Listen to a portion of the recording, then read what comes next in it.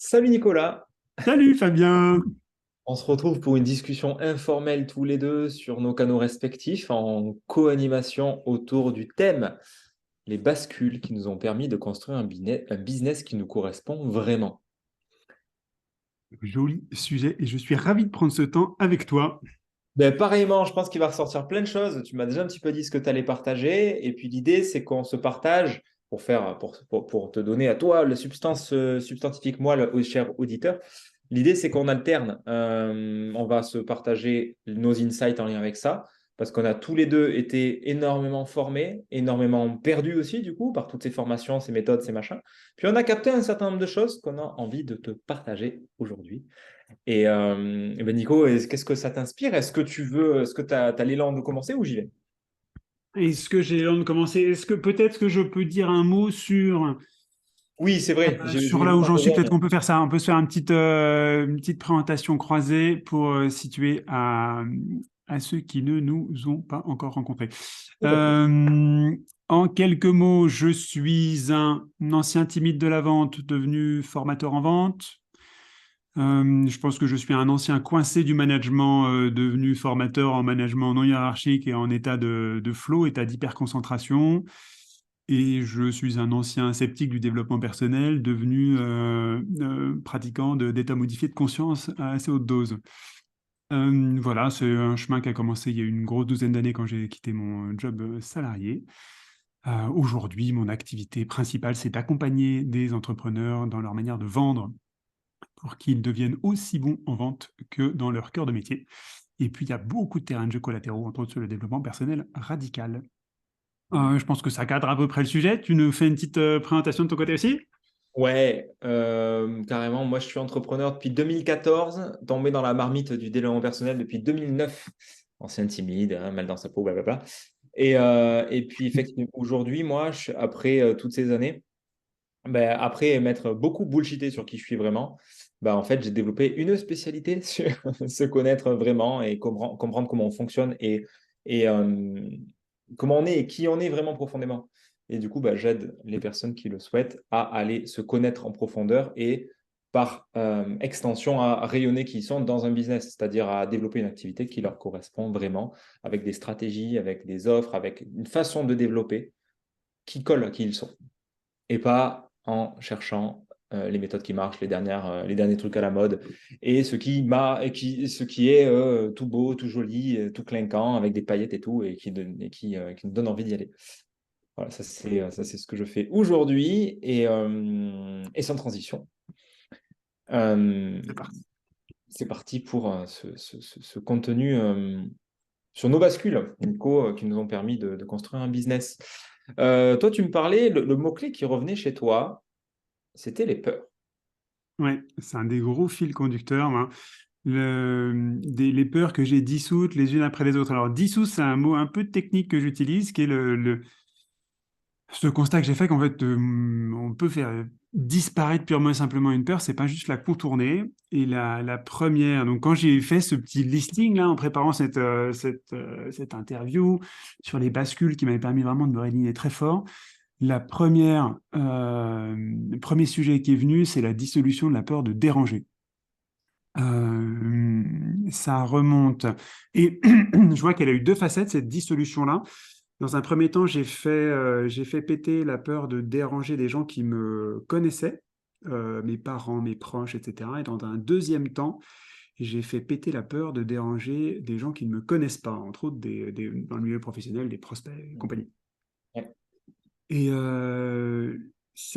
j'ai eu l'impression de récupérer une part de moi-même à chaque fois. Enfin, quand j'ai fait péter ces deux peurs successivement, là, j'ai vraiment eu l'impression de me réintégrer une part de moi-même, d'être un cran de plus complet, un cran plus en énergie aussi. Et c'était assez dingue, enfin, c'est assez vertigineux en fait, la bascule que ça fait. Je peux raconter Ouais, sur la. Ouais, avant vas-y, vas-y. il se passait quoi? Enfin, avais peur de déranger, du coup, ça se manifestait comment? Tu restais dans ta Ouais. grotte et tu craignais d'aller. Comment ça se passait et qu'est-ce qui a créé justement la bascule? Ça se passait par une forme de loyauté, enfin loyauté à des schémas soit familiaux, soit loyauté à l'image que les gens qui m'entouraient s'étaient fait de moi. Moi, donc, j'ai fait des belles études, ingénieur, beau diplôme, etc. Et entre autres, je portais pas mal d'attentes de la part de mes parents. Je suis issu d'une famille dans laquelle on fait des belles études, etc. Après, on a un beau job salarié, on n'est plutôt pas trop entrepreneur. Et on est sur les rails et on fait pas trop de vagues. Ouais. Voilà, avec beaucoup de bienveillance, si on veut, autour de tout ça. Enfin, c'est comme ça que ça se passait, quoi. Et je trimballais en fait une espèce de loyauté vis-à-vis de tout ça. Mm. Loyauté, ça veut dire qu'il y avait une injonction qui n'était pas formulée explicitement, parce qu'elle était complètement inconsciente, une injonction de respecter ce cadre, de respecter les rails sur lesquels j'avais été mis, et du coup de vivre plutôt la vie que les autres attendaient de moi, plutôt que la vie qui, moi, me faisait vibrer. Je pense que c'est parlant, hein. Et donc ça m'a créé pas mal de difficultés pour quitter mon job salarié déjà. Et puis quand j'ai quitté mon job salarié, il se trouve que j'ai monté et démonté 2 boîtes coup sur coup, sans gagner le moindre euro pendant genre un truc comme 2 ans. Et ça piquait. Il y avait cette injonction de rentrer dans le cadre, là, qui tapait partout à chaque fois que je voyais mes proches. Mais puis quand est-ce que tu vas gagner un peu d'argent? Quand est-ce que tu vas reprendre un job salarié? Quand est-ce que tu vas comprendre qu'en fait, tu n'es pas fait pour ça, etc. Ça piquait, ça, non?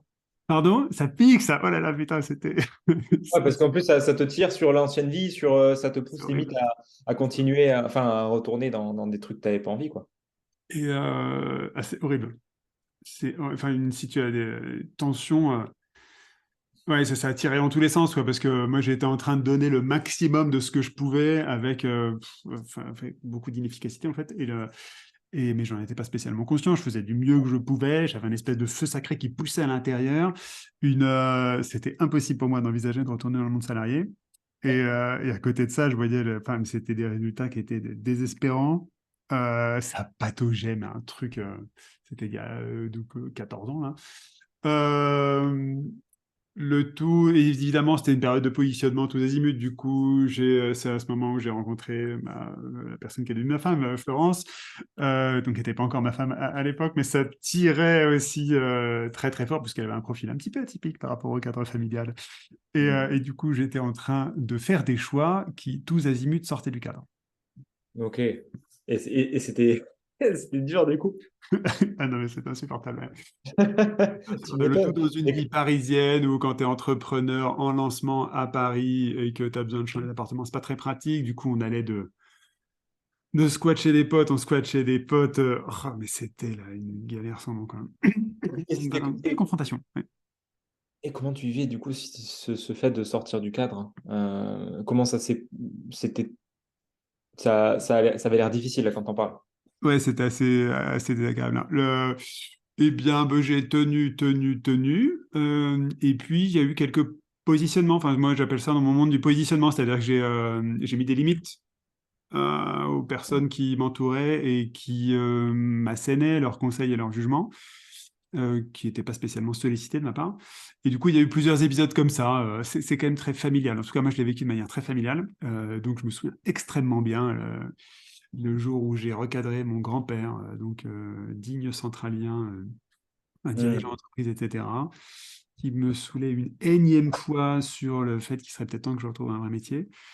Et donc, je me souviens de la scène où quand je l'ai déposé, là, en fait, c'est hors de question que je redevienne salarié à quelque moment que ce soit dans ma vie. La vie là que tu me conseilles d'avoir, en fait, c'est une vie qui me rend malheureux matin, midi et soir. J'ai déjà vécu pendant 5 ans, c'est bon, c'est terminé, quoi. Donc, je ne sais pas quelle est la vie qui m'attend, mais je sais que c'est pas celle-là. Ouais. Et c'est la première fois, je crois, en tout cas, c'est le premier souvenir que j'ai d'avoir goûté au positionnement, enfin, l'espèce de puissance énergétique que ça dégage quand, putain, mais je mets une limite, c'est ça ma Ouais. réalité, c'est ça ce qui m'anime, et c'est indiscutable et indéboulonnable. Hmm. Et Ouais, ouais, ouais, du coup, plus jamais c'est ce parler que de tu ça. appelles. Je trouve ça super ce que tu dis, parce que moi, je relie ça au centre instinctif, aux tripes, qui consiste à trancher. Je Oui, tranche, ça, c'est mon Il y a vraiment un côté très animal, très territoire, en fait, hein. Ça, c'est no way, tu passes pas. Ça Oui. c'est chez moi, ça, c'est pas chez moi. Là, je tranche. C'est pas OK pour moi, mais j'irai pas, en fait. C'est comme ça. Point. Tu peux te dire que je suis con, Oui. etc. Que je suis intransigeant, hein, OK. Mais non, je sais pendant 5 ans ce que ça a fait, je tranche. Et ça peut être dur pour des gens qui, si on fait appel par exemple à l'énéagramme, pour ceux qui connaissent, quand on réprime le centre instinctif, j'en fais partie, c'est très très dur de trancher, de se positionner comme tu le dis, de dire non, de dire stop, de dire de vraiment s'autoriser à finalement créer une polarisation. Très très dur ça. Extrêmement dur. Tu peux nous faire un brief rapide en 3 minutes énéagramme pour ceux qui écoutent. Ouais, ouais. L'énéagramme, c'est basé sur 3 centres. 3 centres d'intelligence que nous avons tous. Centre mental, centre émotionnel, centre instinctif. Centre mental, j'anticipe le futur, je planifie, je fais des cartes sur le territoire. Ça me permet de me rassurer. Mais évidemment, c'est une illusion puisque la carte n'est jamais le territoire. Du coup, la problématique qui est toujours sous-jacente, c'est la peur. Centre émotionnel, je me relie à l'autre, à mes émotions, à celles de l'autre. Il y a une adaptation, il y a une appréciation de ce qui est beau, vraiment quelque chose du temps présent et de l'adaptation en temps réel. La problématique sous-jacente va être l'émotion de tristesse, le fond mélancolique, dépressif, identitaire, Ouais. et le centre instinctif, les tripes, le hara, qui est le centre, le siège de l'action, du mouvement, qui a quelque chose de très duel, très dichotomique. Je fais ou je fais pas. C'est aussi une notion de survie. Je fais pas, je t'aime pas. J'y vais à fond ou j'y vais pas du tout. En gros, c'est je vis ou je meurs. Et donc, il y a un rapport très particulier au corps, au mouvement, et la problématique sous-jacente, c'est la colère, le contrôle, le lâcher-prise. Et on a tous un centre qu'on surutilise et tous un centre qu'on sous-utilise. Et en gros, tout ça va nous donner les 9 énéatypes, énéa 9 types, énéagrammes, 9 figures à 9 points. Ça va nous donner les 9 profils de personnalité dont on ne rentrera pas dans le détail puisque ce n'est pas le sujet. Il y a plein de contenu sur ma chaîne Épanessence et sur le site. Mais avant même de rentrer dans l'énéagramme, en fait, c'est intéressant que tu nous dises là, tu parles de loyauté, tu parles de trancher. Ça fait déjà appel à une notion du centre instinctif où un certain nombre de personnes ont du mal avec ça. Parce que c'est mal vu de trancher, parce que tu peux déplaire, parce que euh, tu peux être confronté à une non-approbation, une non-validation et être retrouvé seul face au groupe, à la meute. Et ça, c'est super inconfortable selon les gens, hein, selon les profils de personnalité. Mais il y a une vraie sagesse à apprendre à trancher et du coup, je trouve ça cool. Je te laisse reprendre sur ta peur de déranger. Tu as Ouais, sûrement merci bien. Ouais. Dans le témoignage vis-à-vis de mon grand-père, puis je pourrais détailler vis-à-vis de mes parents aussi, j'ai senti cette puissance-là. Donc, j'avais pas cette conscience de la terre, la tête, le cœur, les tripes, etc. Mais c'était clair, c'était un positionnement qui venait des tripes. C'était avec une énergie de. Pourquoi j'utiliserais le courroux plutôt que la colère? Tu vois, une énergie l'énergie de Gandalf là qui fait tomber la bestiole dans le ravin. Putain, tu passeras pas quoi. Tu vois, c'est un ancrage, mais j'étais indéboulonnable à ce moment-là. Donc très intéressant. Ok, j'ai continué mon petit bonhomme de chemin et j'ai eu un autre épisode comme ça, familial aussi. Parce que j'ai fait des choix familiaux qui ont pu paraître très atypiques à mes parents. Donc on a fait accoucher, nos enfants sont nés à la maison. En tout cas, nos 2 derniers sont nés à la maison, dans des conditions de sécurité en fait absolue, hein. Ça, c'est pour désamorcer peut-être ce qui peut s'agiter dans la tête des uns et des autres en entendant ça. C'est-à-dire qu'ils étaient beaucoup, beaucoup plus en sécurité à la maison, dans les conditions dans lesquelles on a accouché, accompagné par la personne qui nous accompagnait, qu'on aurait été à l'hôpital de notre système de croyance, en tout cas. Mes parents étant médecins, ça avait piqué un petit peu. Euh, La, le, on a... la loyauté envers le cadre, boum. Ah oui, non, là, ça avait secoué un petit peu. On a déscolarisé nos enfants assez tôt, ce qui a aussi bousculé. On a changé nos habitudes alimentaires, etc. Bref, et du coup, sujet après sujet, là, à chaque fois, je me prenais des rafales de jugement de la part de mes parents qui étaient évidemment inquiets, qui avaient du mal à exprimer leur inquiétude autrement qu'en jugeant mes choix. Et il y a un moment où je leur ai dit, non, mais en fait, stop, quoi. Non, mais ces jugements, là, c'est plus possible. voilà, je m'étais formé pas mal à la communication non violente, j'étais même formateur en communication non violente déjà à ce moment-là. Et donc, je leur ai dit, bah, ça, c'est cette façon, j'entends que vous ayez peur, mais par contre, la manière avec laquelle vous l'exprimez, sous la forme de jugement répété, à me demander si je peux partir dans une secte, etc., non, ça, c'est plus possible. Du coup, je ne sais pas quelle relation on va construire à l'avenir, mais en tout cas, je sais que cette relation dans laquelle vous jugez chacun de mes choix, avec des mots que je refuse d'entendre, en fait, bah, c'est pas possible. Du coup, réfléchissons chacun de notre côté, réfléchissez de votre côté, je réfléchis du mien, et puis quand on a trouvé à quoi ressemble la relation qu'on veut construire pour la suite, eh bien, partageons-la et puis avançons. D'ici là, je pense vraiment que je vais avoir besoin d'être dans ma bulle, hein. Et du coup, ça m'a pris un an. Rien qu'en leur disant ça, en fait, j'ai senti la puissance émotionnelle du truc, la puissance de décharge, de positionnement, en disant ah ouais, là, je suis en train de jouer un épisode quand même qui est en train de me guérir, de me libérer de quelque chose d'assez fondamental. Et puis, nous sommes restés en contact par téléphone uniquement pendant un an, le temps de construire ça, enfin, le temps que moi je me mette au clair sur ma part de responsabilité dans tout ça, ce que je voulais, et puis leur part de responsabilité, que je comprenne un peu. Et puis au bout d'un an, effectivement, je suis allé les voir avec toute cette situation-là résumée de façon magnifique en communication non violente. Voilà, ce qui leur appartenait de mon point de vue, ce qui m'appartenait, mes besoins, les émotions, les demandes, et ça a été incroyable aussi ce moment-là, quoi. Donc je suis retourné les voir avec ma petite feuille où j'avais tout écrit. Nous avons lu ça ensemble.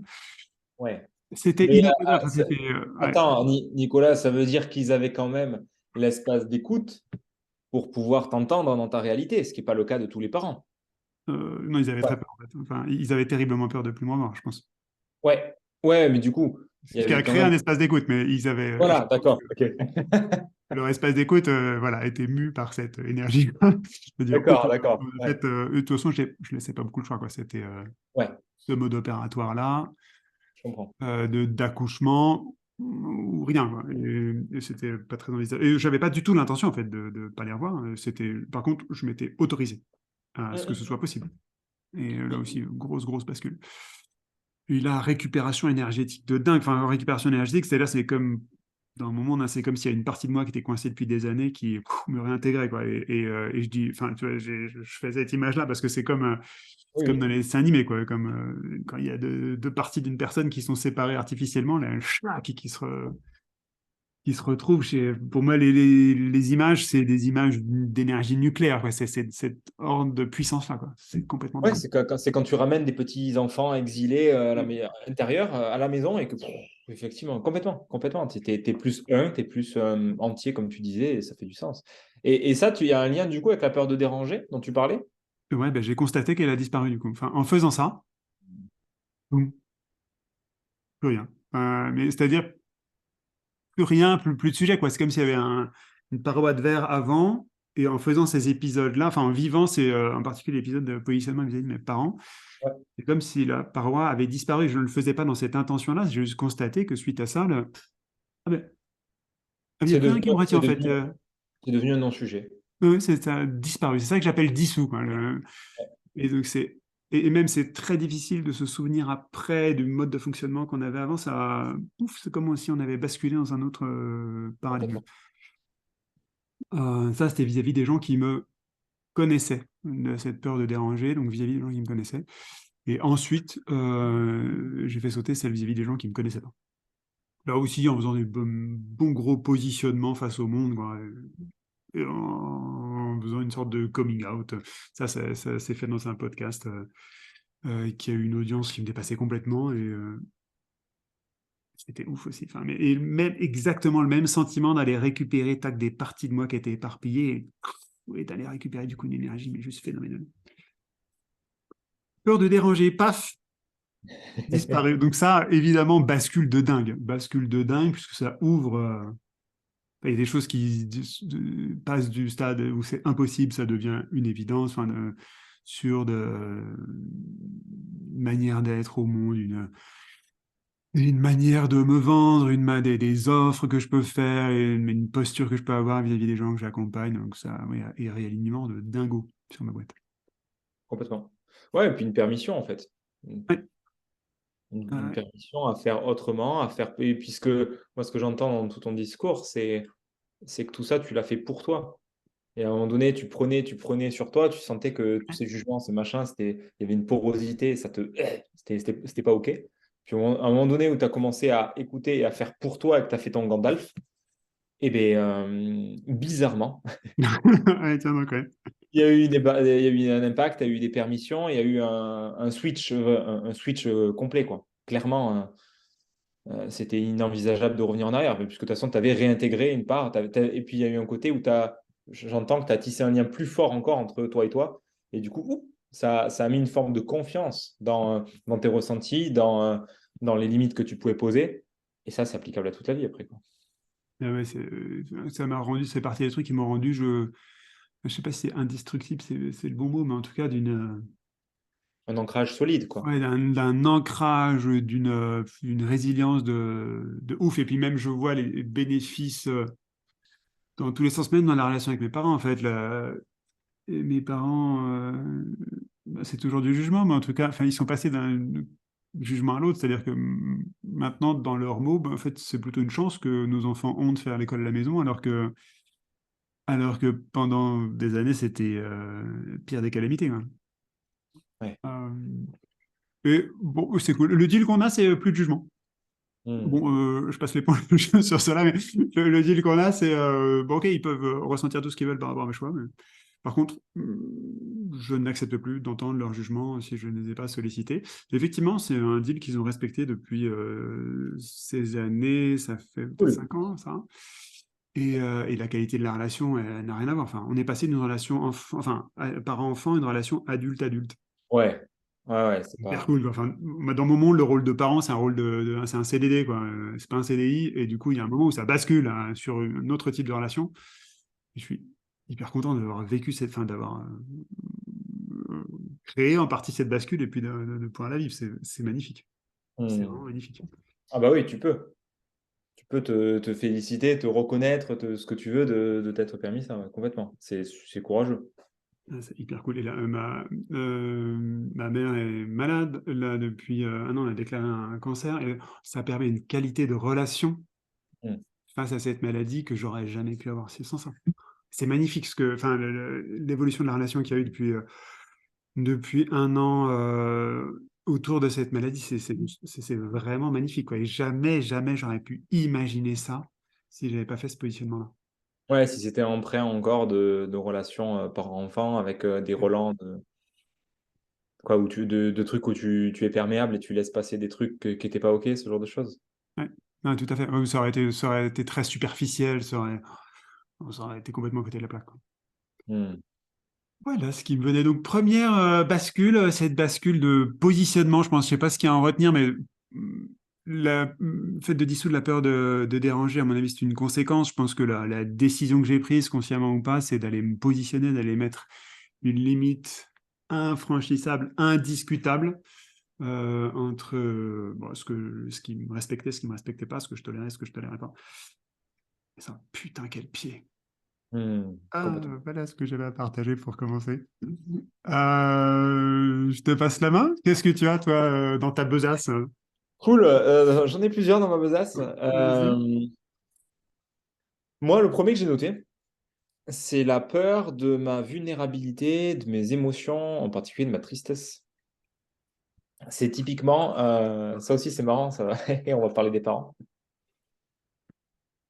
Parce qu'en fait, moi, de toujours, je ne savais pas, mais j'ai capté que j'avais un driver soit fort. Je ne l'avais pas capté celui-là à la base, hein.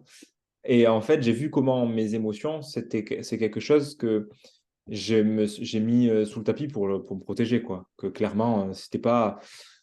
Parce que, en fait, bien après, avec des années de recul, j'ai capté que c'était pas OK à la maison d'avoir des émotions. Pour l'anecdote, j'ai capté même que quand j'ai commencé à renouer avec ma tristesse et que j'ai commencé à la vivre et à pleurer, ce qui n'était pas arrivé depuis jamais, en fait. Donc, c'était quoi? J'ai en tête, il y a un an et demi. J'ai en tête d'un truc juin dernier. Je ne sais pas si c'était ce juin-là, mais c'était la période où je m'autorisais à vivre ma tristesse, tu vois. Ouais. J'étais à Paris, j'avais un ami qui m'avait prêté son appartement et j'étais tout seul dans une ville bruyante. Alors moi, le contexte de vie, je vis à la campagne, c'est le calme, il y a les brebis, il y a pas de bruit, je suis au calme, je suis bien dans ma petite bulle, tu vois. Et Paris, bah, c'est un peu aux antipodes. Donc, bah, de temps en temps, pour des formations, pour du business, pour du réseautage, j'y vais. Et là, bah, j'étais seul dans cet appartement, il y avait du bruit, et puis je me sentais seul, et puis j'étais face à des dramas internes inhérents à ma structure psychique. Donc, il y avait des émotions. Et juste, je me laissais aller aller à ça, à écouter ça, tu vois, à m'autoriser à pleurer, tu vois. Et puis, je sais plus, et puis ça a dû m'inspirer un email à ma communauté, à ma liste. Donc, j'envoie un mail en mode vulnérabilité, ce que je ne m'autorisais pas avant. Vraiment des trucs où je me permets de dire des choses de moi, tu vois. Là où avant, donc ouais, ça avait déjà passé un cap, puisque avant, je montrais juste la façade de moi qui m'arrangeait. C'est ma tendance, hein, de montrer ce qui va bien, ce qui m'arrange, ce qui permet de montrer une image valeureuse et valorisante de moi. Pour que les gens aient une image positive, etc., que je sois reconnu, tout y quanti. Et en termes d'énéagramme, là, certains reconnaîtront certains profils. Et du coup, cette vulnérabilité étant déjà très difficile pour moi, comme une sorte de faiblesse, je me souviens de cet email que j'ai envoyé. Et le lendemain, donc 1 ou 2 jours après, j'ai ma mère qui m'appelle et qui me dit: ça va, parce que tu as dit que tu étais triste dans ton mail, qu'est-ce qui se passe et tout?» Parce que elle, comme dans sa structure psychique, elle aussi, elle a une porosité entre elle et l'autre. Elle s'identifie à mes émotions. Du coup, si je suis triste, c'est pas OK. Parce que dans son éducation, dans son truc, elle a appris qu'être triste, n'était pas OK. Donc, évidemment, elle m'a enseigné ça. Puis moi, pendant des années, je me suis enseigné ça, inconsciemment. Mais c'est juste qu'à la maison, on ne parlait pas d'émotion, de tristesse ou de quoi que ce soit. Je n'ai jamais vu personne pleurer à la maison. Là, de ce que je me souviens dans toute mon enfance, à part quand je me cassais la gueule, ou jamais vu qui que ce soit pleurer. Donc j'ai appris que c'était pas un truc à faire, j'imagine. Et là, ça a été comme un gros déclic de me dire: ah, c'est marrant. Moi, ça y est, je m'autorise ce truc-là, mais elle, dans son système, pleurer, c'est vraiment pas OK, en fait. Pleurer, ça veut dire truc qui va pas, ça veut dire oulala, problème, il faut régler ce truc-là. Et là, ça m'a vraiment me dire waouh! Et c'est là aussi, d'une autre façon, pas comme toi, pas aussi tranché.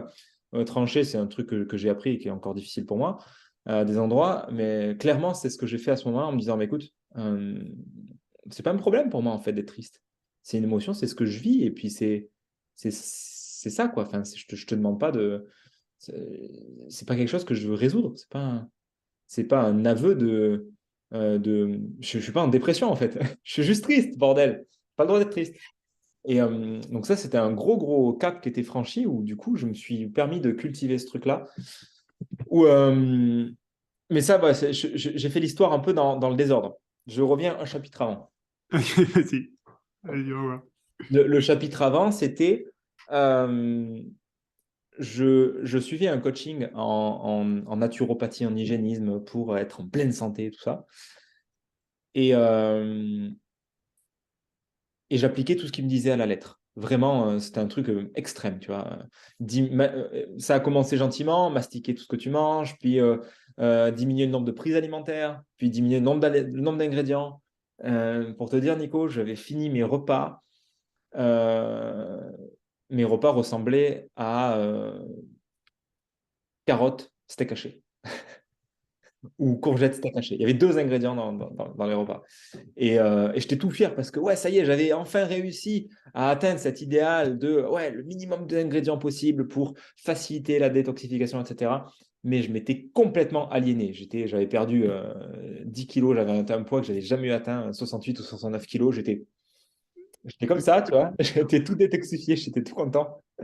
Mais j'avais accumulé une frustration immense. Et il y a un soir où j'entends une petite voix qui me dit mais Alain, il est toxique pour toi. Et Alain, c'était le nom du coach en question. Et tu sais, il y a comme un truc où je fais comme si j'avais pas compris.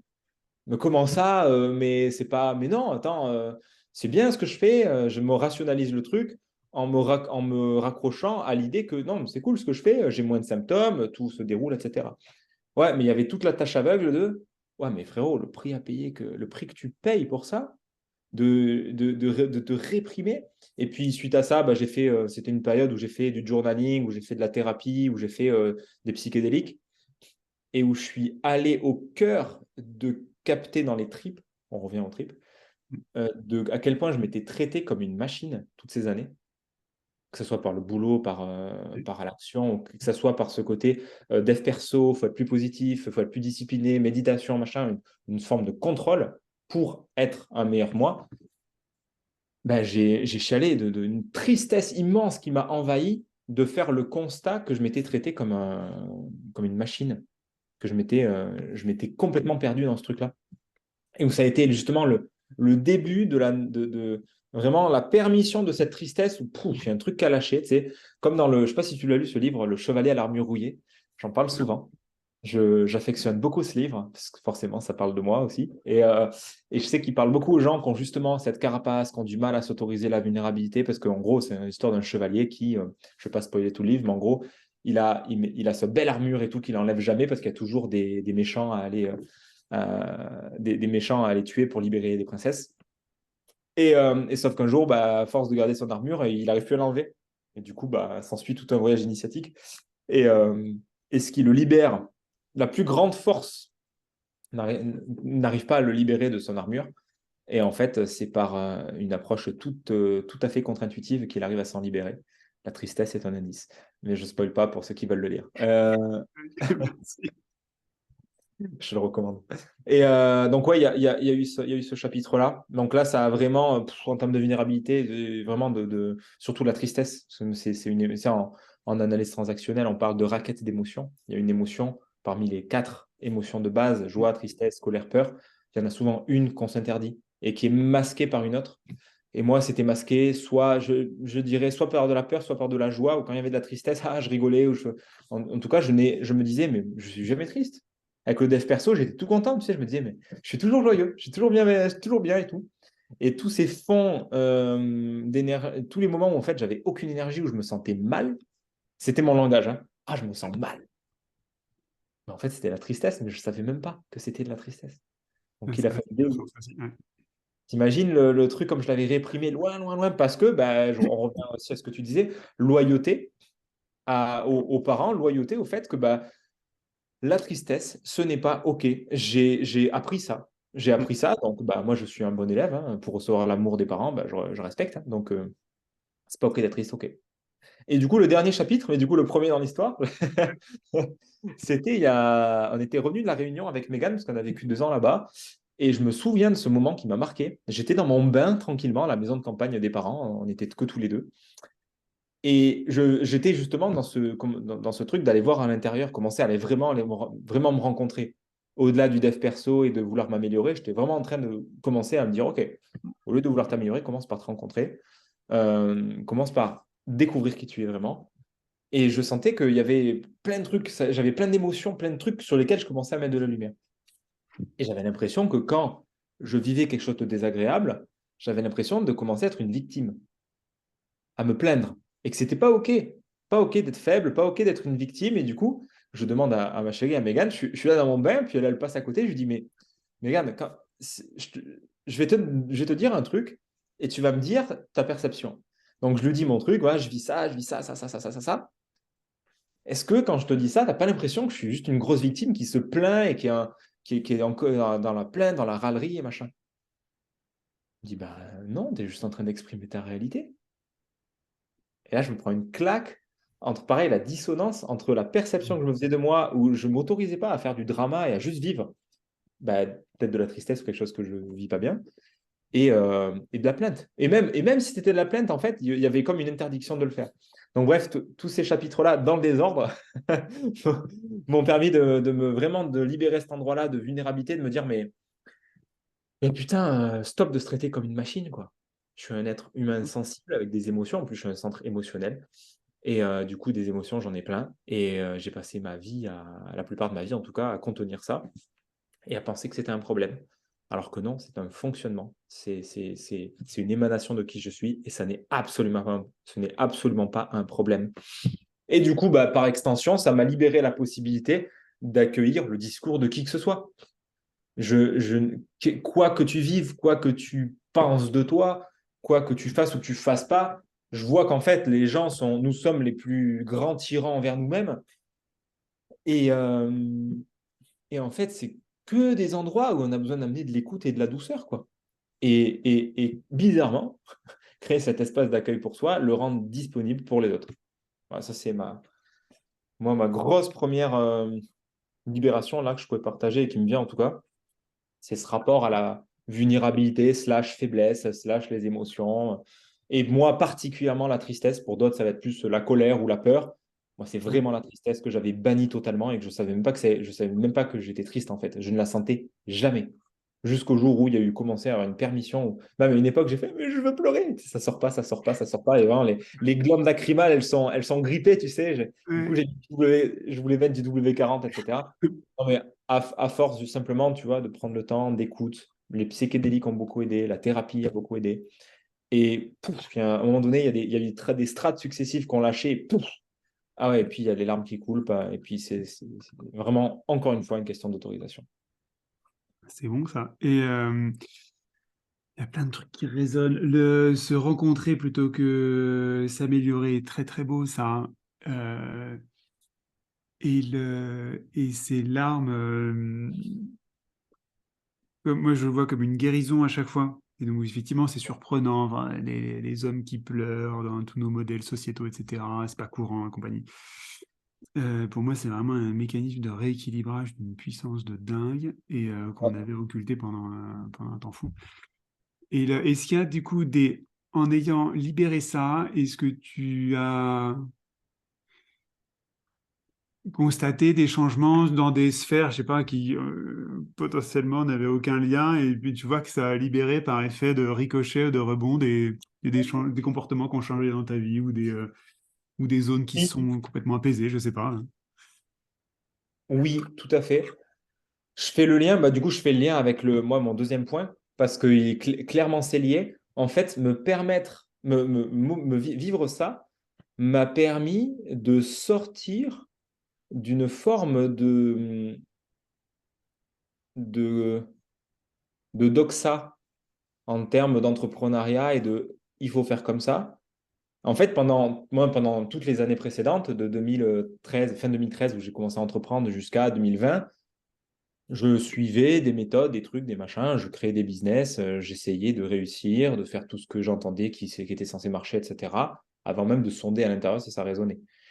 Et là, en fait, sur tous ces années, toute cette période-là, 2019, 20, 21, enfin, ça a été en filigrane sur 1 an et demi, 2 ans, 2 ans et demi. Après, c'est dur à délimiter, hein, ça, Ouais.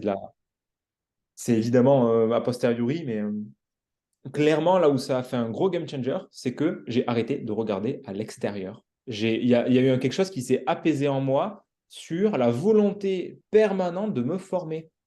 Parce qu'avant, je me formais, je pouvais passer 3 heures, 4 heures par jour à me former, à regarder YouTube, à suivre des formations. Je connais tout, hein, mais. euh, et bizarrement, à partir de 2019-2020, j'ai diminué, mais j'ai même pas cherché en fait. Il y a des périodes où j'ai carrément arrêté de me former, et même sur tout 2021, l'année où j'ai créé Pas Naissance, la moitié de l'année, j'ai presque une amnésie de l'année, tellement j'ai l'impression d'avoir rien branlé. Mais vraiment, là où avant, j'avais toujours des projets, toujours un truc en cours, machin, en 2021, j'ai complètement lâché et j'étais justement juste dans l'intention de vivre. De...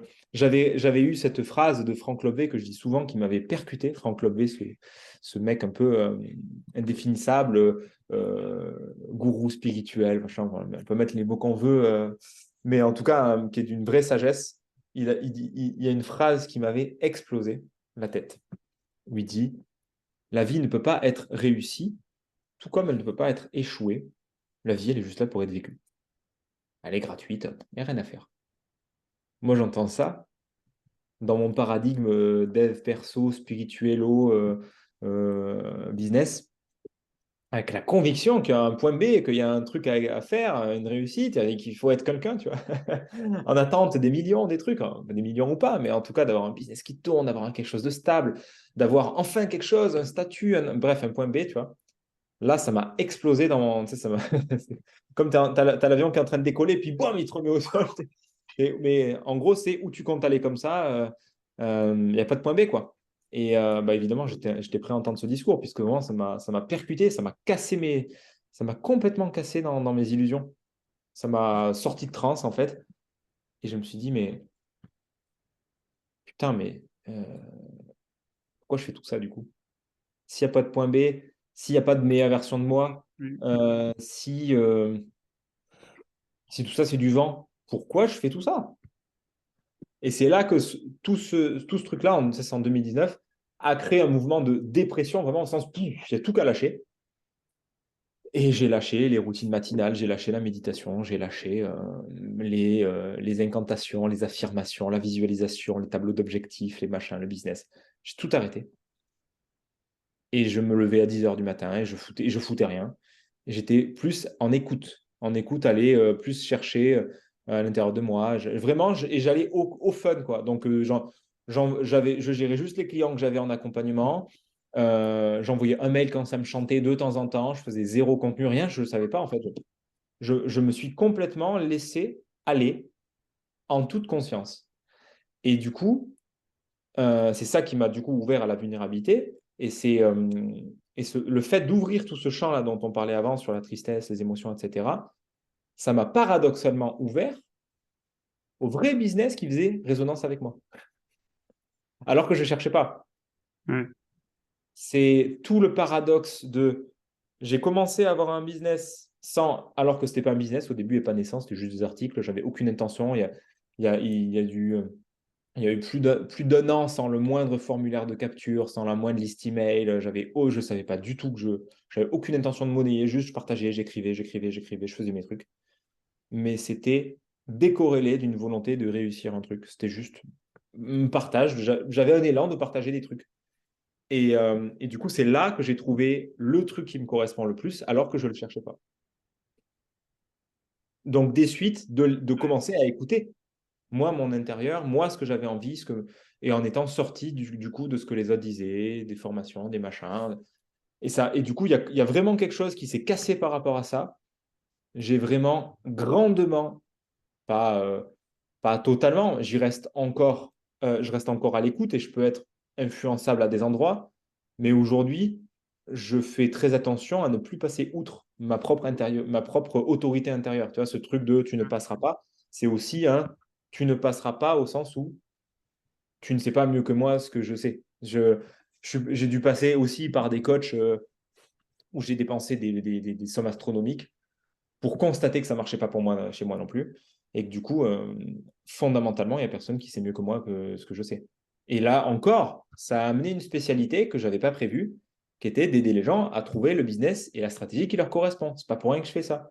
Parce que je me suis aliéné toutes ces années à chercher une méthode, un truc, en cherchant une réponse à l'extérieur, alors que j'avais lu au moins 53 fois dans tous les livres que mais les réponses, elles sont toutes à l'intérieur. Hein.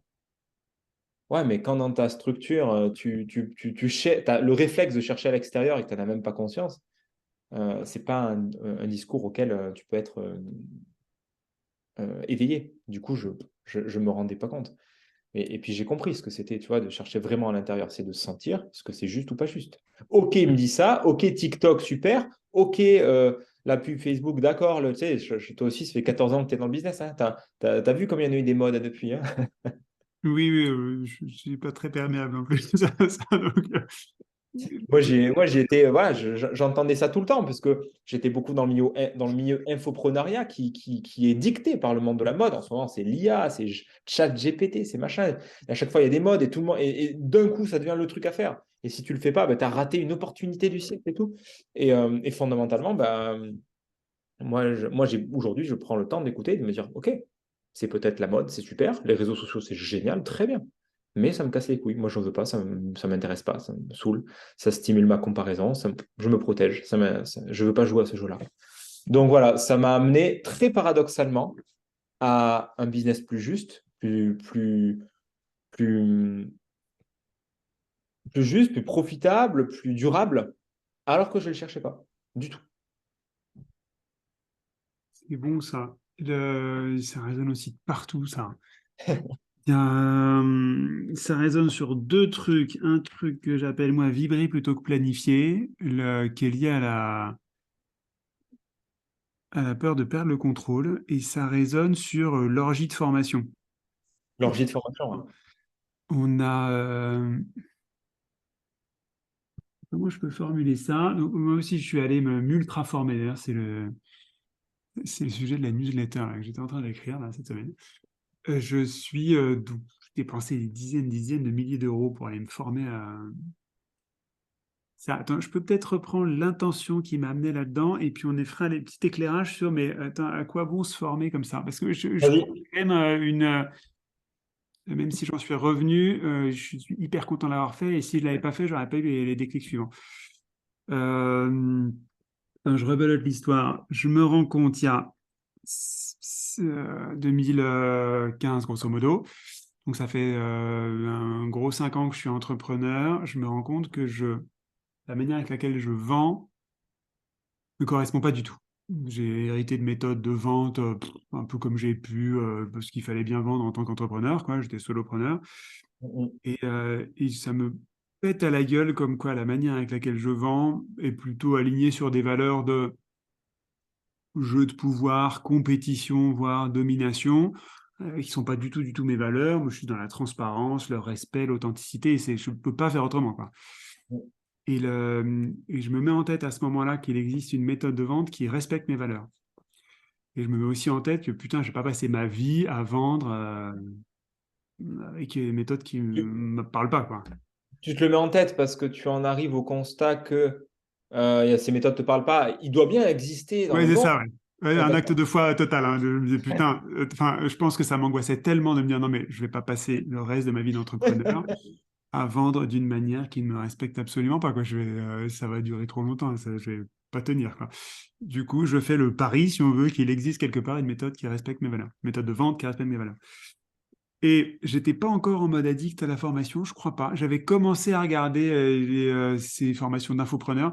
Infopreneur, les gens qui me suivent savent pas forcément ce que c'est qu'un infopreneur. Je traduis le entrepreneur qui vend de la formation et du conseil, mettons scalable, c'est-à-dire qui peut augmenter franchement les volumes tout en restant avec une équipe très très réduite. Résumons ça comme ça. Et j'avais commencé un peu à me former là-dessus. Il y a un truc qui m'appelait, je savais pas trop pourquoi. Leur méthode de vente d'ailleurs me parlait pas tant que ça, mais je me mets en tête qu'il existe cette méthode quelque part. Et là, j'ai commencé à me former vraiment à très très haute dose. En France, à l'étranger, avec des Américains partout, en Europe, dans le monde, etc. Là, j'ai commencé à industrialiser la formation en me disant, putain, je vais trouver cette méthode-là coûte que coûte. Parce que c'était autour de la vente à chaque fois? C'était autour de l'entrepreneuriat en général. Donc, j'allais me former auprès de gros infopreneurs, justement, donc, qui m'enseignaient la vente, entre autres, mais aussi le marketing, la prise de parole en public, comment est-ce qu'on systématise tout ce qu'on fait pour faire en sorte de produire beaucoup de valeur avec très peu de temps passé, etc. Ouais. Et puis derrière, hein, toutes les formations américaines étaient très teintées d'état d'esprit, de mindset. Comment est-ce que tu arrives à identifier tes croyances limitantes, reprogrammer tes croyances limitantes, etc. Mm. Et je tombe sur un gars qui s'appelle Blair Singer, Singer comme un chanteur américain complètement inconnu en France, etc., qui donnait une formation de formateur. Donc comment est-ce qu'on devient, entre guillemets, une bête de scène, quoi. Ouais. Ok, je vais dans son truc. Lui, il est formateur. Il a trois terrains de jeu, la formation de formateur, la formation à la vente et la formation au management. Comment est-ce qu'on construit une équipe qui a un esprit de corps digne des commandos Marines, quoi. Comment est-ce qu'on devient un vendeur extrêmement percutant et comment est-ce qu'on devient une bête de scène. Et le gars, je vais assez loin avec lui, il est très très bon vendeur, du coup j'enchaîne les séminaires avec lui, jusqu'à avoir des programmes où on est très peu, quoi. On est moins de 10 avec lui en tête à tête et il nous bastonne la gueule. Et donc là, il me fait comprendre à quel point la vente la plus compliquée à faire, c'est de me vendre moi-même à moi-même, quoi. Mm, Et ok, intéressant comme truc. Donc c'est comme la phrase que tu disais tout à l'heure, quoi. Sauf que c'est des phrases qui il y a un moment où ça va t'exploser la tête, et puis avant, ça serait passé devant comme ça, après, ça serait passé à côté comme ça, et puis il y a le moment où tu la reçois, cette phrase-là, et ça te démonte la gueule. Ouais. C'est ça. Comment j'ai pu passer à côté de cette évidence toute ma vie, et comment est-ce que, en fait, cette évidence a piloté, ou l'image que je m'en faisais, etc., m'a manipulé ma vie, un truc de fou. Ouais. Donc là, grosse baffe, énorme baffe.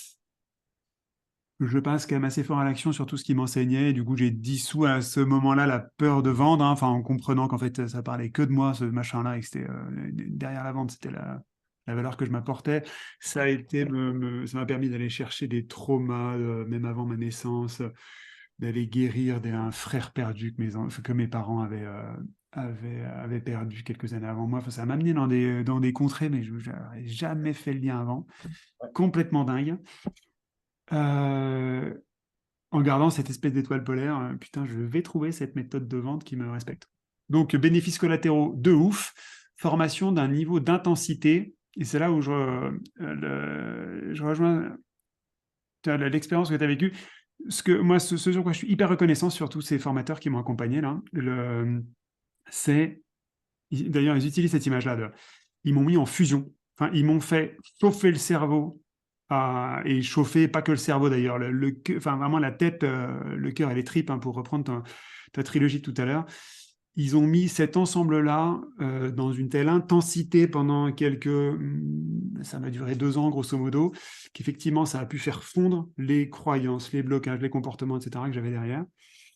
Même si au final, les techniques qu'il m'enseignait et ou l'intention qu'il m'enseignait, je n'étais pas forcément hyper aligné avec tout ce qu'il me donnait. Mais en tout cas, ça a au moins eu le mérite de me faire fondre tout ça, et puis quand même de me créer des champs des possibles de comportements que je pourrais avoir en tant qu'entrepreneur. Comment est-ce que je fais émerger les gens qui auraient envie de travailler avec moi? Comment est-ce que je les convertis en clients? Comment est-ce que je leur apporte de la valeur sans me mettre en mode sauveur, etc. Ça m'a quand même fait émerger des représentations mentales possibles assez variées et auxquelles après j'ai pu me raccrocher. Même si je n'ai pas fait du copier-coller. Et entre autres, leur intention pour moi n'était pas très alignée avec Ouais. l'intention que j'avais. Mais ça m'a quand même énormément nourri. Donc ça m'a fait fondre tous mes comportements d'avant, puis ça m'a donné une cartouchière de comportements possibles à utiliser. Et ça, Ouais. c'était cool. Et je pense que s'il n'y avait pas eu cette intensité de formation, ça n'aurait pas suffi pour faire fondre le tout, quoi. Du coup, je serais resté un peu couillonné sur mes anciens comportements. C'est très cool. Et au final, bon, j'ai trouvé cette manière de vendre qui me respecte, qui colle avec ses valeurs. C'est devenu mon cœur d'activité aujourd'hui. Enfin, quand j'ai vu ça, je me suis dit, ah ouais, oh, putain, mais ça, c'est élégant, quoi. Et c'est hors de Et question t'es tombé de... dessus du coup en cherchant ou au détour d'un chemin de traverse? Je suis tombé dessus, mais j'ai trouvé assez vite. Par contre, elle était tellement mal fagotée. Donc, Mm. assez vite, en fait, un de mes amis était formateur en vente. J'ai branché cet ami avec un de mes clients. Moi, j'accompagnais sur l'organisation et l'état d'hyperconcentration, l'état de flow. Ouais. Donc, j'avais une boîte que j'accompagnais sur ces sujets-là. Donc, je leur ai dit, bah, faites bosser mon pote qui est formateur en vente. Et puis, moi, j'assisterai à la formation pour savoir de quoi ça parle, puis pour pouvoir faire la passerelle peut-être entre les deux. Et donc, c'était lunaire comme formation. Donc, on était dans la salle. Donc, eux avaient acheté la prestation de mon ami. Moi, j'étais là en auditeur libre. Moi, j'étais en transe, mais absolue du matin. Oh, putain! Ah oui, ah mec, est-ce que c'est bon? C'était d'une clarté, d'une luminosité pour moi, tout ce qu'ils transmettaient. Et eux, dans la salle, ne comprenaient strictement rien. Enfin, là, c'est pas clair. Putain, mais on comprend rien à rien ce que tu veux nous dire, là, monsieur, machin. Et moi, je buvais du petit lait. Et donc, je me suis dit, ah oui, là, il y a un truc. Par contre, la forme avec laquelle c'est transmis, non, ça colle pas. C'est trop compliqué. Enfin, cette méthode, elle pourrait être bien épurée, quoi. Et du coup, en allant me former auprès des Américains, etc., j'ai eu ça en tête de me dire, OK, je pense que je tiens le bon bout de la méthode, mais par contre, la manière avec laquelle elle est transmise, la manière avec laquelle elle est vendue, etc., ça colle pas. En tout cas, ça me respecte pas. Et il y a moyen de combiner tout ça. Et en combinant tout ça, effectivement, ça a donné non seulement un fond et une forme, etc., qui me correspondent extrêmement bien aujourd'hui, où je suis parfaitement aligné, et c'est un plaisir de dingue, mais vraiment un plaisir absolu, quoi. Hmm. Ouais, parce que tu respectes ton écologie, du coup. Il y a- Ouais. J'entends dans ce que tu dis quelque chose que j'aime beaucoup, c'est que tu prends un outil, puis tu l'adaptes. Tu l'adaptes à toi. Il y a un côté, OK, c'est un marteau. Il a été transmis dans un contexte où, bah, du coup, on tapait des doigts avec. Toi, tu as pris le Et, marteau. Tu fais, ouais, moi, je vais planter des clous avec. et voilà, c'est ça. Et à la fois que ce soit le fond ou la forme, enfin, c'est vraiment modeler là, cette matière-là pour que ça me respecte du haut en bas de A à Z Ouais. et qu'il n'y ait pas une dissonance. Donc ça se fait pas en un jour, hein, qu'il n'y ait pas une dissonance, mais par contre, c'est ça que j'ai eu en tête. J'ai fouillé pas mal de méthodes qui prônent les solutions sans compromis, enfin, qui partent du principe que tant que tu tolères des compromis, c'est que tu n'as pas réfléchi assez longtemps. Il existe, quel que soit le sujet, une solution sans compromis, une façon de faire sans compromis. Et du coup, petit à petit, à force de le marteler, là, effectivement, j'ai trouvé à la fois le fond et la forme où il y a zéro compromis, quoi. Et du coup, étant donné qu'on parle de ces bascules qui permettent de réaligner son business avec qui on est, c'est une fusion parfaite, en fait, avec ce que je vibre comme intention en tant que vendeur, ce que je vibre comme intention en tant que formateur, et l'approche que je recommande. Il y a zéro faille, quoi. C'est pas clair, hein? Complètement. Ouais, ça fait beaucoup de sens et je te rejoins sur ça et je trouve que ça demande beaucoup de courage et un certain niveau de conscience pour commencer à percuter la logique du et à rassembler les mondes pour pas faire du ou, mais pour faire du et. Du coup, tu prends quelque chose à l'extérieur, mais tu te l'appropries, quitte à le changer de forme, à faire une bouillie de culture pour créer quelque chose qui est vraiment cohérent avec toi. Et pas transiger, pas trouver, comme tu dis, des compromis. Ça fait beaucoup de sens. Et cette logique du et là, hyper dure, parce que moi j'ai une autre grille de lecture dans mon monde, c'est que quand on va prendre une nouvelle approche, quand on veut changer un comportement, changer une habitude, donc on va avoir un formateur, j'appelle ça un géant, donc quelqu'un sur les épaules duquel on va faire un bout de chemin. Et là aussi, toujours dans mon système de croyance, moi je suis persuadé qu'on a tous une petite voix à l'intérieur qui déteste le changement d'habitude, qui déteste quand on change nos façons de faire. Et du coup, cette petite voix va tout faire pour aller saboter la nouvelle approche qu'on va recevoir.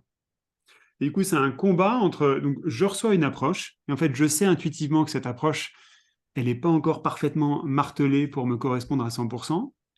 Et Mhm. c'est une espèce de combat entre ma petite voix qui fait tout pour saboter l'approche et sniper l'approche, faire en sorte qu'elle disparaisse, cette nouvelle approche, le plus vite possible. Et puis, mon envie d'aller faire la synthèse de tout ça et de marteler pour faire une synthèse qui me respecte. Et pendant un temps, du coup, il y a... Donc, l'approche que j'ai trouvée, c'est de respecter à la lettre ce que me propose le géant pendant un temps, même si ça ne me Mhm. respecte pas complètement, histoire de me faire ma propre idée en connaissance de cause, sans avoir cherché à improviser instantanément. Et Ouais. une fois que j'ai suffisamment de maîtrise dans le geste qu'il me propose pour m'observer en train de faire, là, je me permets d'improviser, et du coup, de ramener tout ce que je savais avant pour faire cette bouillie là, dont tu parlais, Oui. pour faire cette synthèse. Et cette phase de faire exactement comme le maître t'a dit, putain, qu'est-ce que c'est dur. Oui. Ah oui, c'est dur. Mais j'y trouve du sens aussi dans ce que dit je crois que c'est Picasso qui disait ça. Apprends à respecter les règles et après tu les brises, quoi. Mais sans connaître le code et se l'approprier et tout de suite faire une tambouille, ça tambouille, c'est à double tranchant du coup, ça c'est sûr. Après, je trouve qu'il y a aussi de la sagesse il y a de la sagesse dans le vivant et dans notre fonctionnement. Et quand toi, tu parles de la petite voix dans mon prisme à moi, ce que j'entends, c'est qu'une part de nous qui résiste n'est qu'un besoin de sécurité, n'est qu'une partie protectrice. Et pas, il n'y a pas de sabotage. Tu sais, souvent, on parle du sabotage, d'auto-sabotage. Ça sabote la méthode, etc. Oui, pour protéger l'ensemble du système en mode je viens devant en rempart contre la barbarie et je protège. Mais c'est une part qui est souvent pas mise en lumière et qu'on veut souvent défoncer pour imposer un truc. Et du coup, ouais, là aussi, il y a une notion je pense, c'est important d'avoir une lucidité sur ce qui se joue à l'intérieur pour pas passer en force. Et c'est vrai que c'est malin de se dire, oh, tiens, je le teste, juste un temps, on va tester, on va voir. Parce que cette partie de nous, effectivement, qu'on peut appeler résistance au changement, qu'on peut appeler autre chose, effectivement, il y a dans notre système biologique, il y a une envie quand même de pérenniser le truc en continuant de faire ce qu'on a toujours fait, parce que c'est safe. Mais, ouais, Philosophie. mais je pense que c'est clé de capter et de comprendre et de ressentir qu'il y a un besoin de protéger derrière, un besoin de sécurité, de maintenir l'intégrité du système. Sans quoi on passe en force sur ah non, c'est une croyance limitante, c'est une croyance de merde, et bam, on va la défoncer. Et je vais revenir sur ma troisième expérience après, si après que tu aies fini, si tu as d'autres choses à dire Et sur cette. oui, je rebondis là. C'est hyper fin là, ce qui sort sur cette petite voix, parce qu'effectivement, quand je parle très souvent de cette petite voix, et le, une fois que les gens mettent le projecteur sur cette petite voix, ils disent ah putain, cette petite voix, elle fait chier, le but du jeu, ça va être de l'éradiquer. Non, non, non, c'est quand même vachement plus fin que ça, quoi. C'est exactement ce que tu dis, c'est-à-dire que cette petite voix, quand on en prend conscience, pour moi, c'est un énorme cadeau d'aller l'écouter de manière extrêmement pointue, extrêmement assidue. C'est pas pour autant qu'on va lui obéir, quoi. Mais en tout cas, lui l'écouter, cette petite voix, elle permet alors de détecter des parts de nous qui ont un truc à dire, lié à une peur, une émotion, une tristesse, une colère, lié à un truc à dire. Et c'est un cadeau de dingue d'aller observer ça pour ensuite le mettre dans une machine à savoir, OK, en fait, est-ce que c'est OK pour moi ou est-ce que c'est pas OK? Est-ce que j'ai besoin d'y travailler ou est-ce que je peux le laisser vivre ça? Et du coup, c'est tout sauf faire taire cette petite voix. C'est Complètement. lui donner un porte-voix et néanmoins se donner la permission de ne pas lui obéir, soit systématiquement, voire de ne pas lui obéir par défaut. Mm, Et mm. là, ça devient vraiment super respectueux, super élégant, je trouve. Complètement.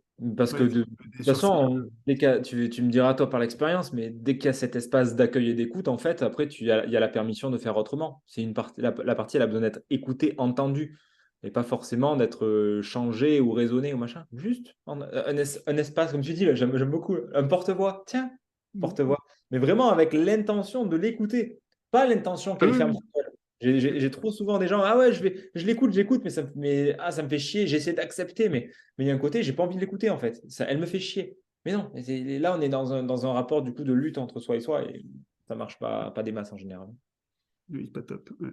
Donc ouais, je te rejoins sur cette approche très écologique envers soi où on arrête de se compartimenter, de se traiter comme au final, toutes ces parts, c'est juste soi. Et l'idée, c'est de ramener, la métaphore vaut ce qu'elle vaut, mais on imagine qu'on a plein de petites bouteilles à l'intérieur de nous, mais que nous, on est l'océan. C'est juste que de façon illusoire, on croit qu'il y a ces différentes parties. La finalité, si tant est qu'il y en a une, c'est de tout vider dans l'océan pour revenir à l'unité fondamentale qu'on est. Et que tant qu'on croit qu'on est splitté, mais j'ai une partie de moi, et on croit qu'il y a une partie de nous qui nous veut du mal, et c'est du fantasme tout ça. C'est balèze, hein, ça. Gros sujet, là, cette unité fondamentale. Oui. Gros sujet. Tu annonçais une bascule suivante. Qu'est-ce que tu as en stock? Ouais, ouais, ouais, complètement. Ben, je voulais faire le lien parce que ça fait beaucoup écho. Je ne connaissais pas ton chapitre de vie avec les formateurs, là, avec le côté intense, 2 ans, à bosser sur tes 3 centres et tout. Ça te rince, mais ça te change la vie et en même temps, il manque un truc. Ça résonne très, très fort aussi. J'ai fait ça avec moi en restant en francophonie avec un coach qui vendait du high ticket, du coaching extrêmement onéreux et que c'était son branding même. Et effectivement, c'est très intéressant parce qu'il a dit, et ce thème-là était ressorti pour mot, apprendre à me vendre à moi-même. Ça- Tiens donc, ouais. Et pour être amené à vendre un truc, une prestation, un truc cher, parce que lui c'était son dada, vendre des trucs qui coûtent 3 bras, des trucs de 10 000 à 1 million ou plusieurs millions d'euros, ben ça partait du postulat, effectivement. Déjà, vends-toi à toi-même. Il y a besoin d'être dans un niveau de certitude sur ce que tu as à proposer. Donc moi, ça m'a ouvert sur une chose. Ça m'a déjà ouvert une brèche. Je l'avais oublié, donc merci, si tu me le rappelles. Ça m'a ouvert une brèche sur le monde infopreneurial, duquel j'étais un rejeton, quelque part. On Mhm. entreprend sur Internet, ah ouais, c'est cool, tu automatises et machin, et tu es sur la plage, et tu fais grossir ton truc tout en bossant de la plage quand tu veux, dans l'archétype, hein.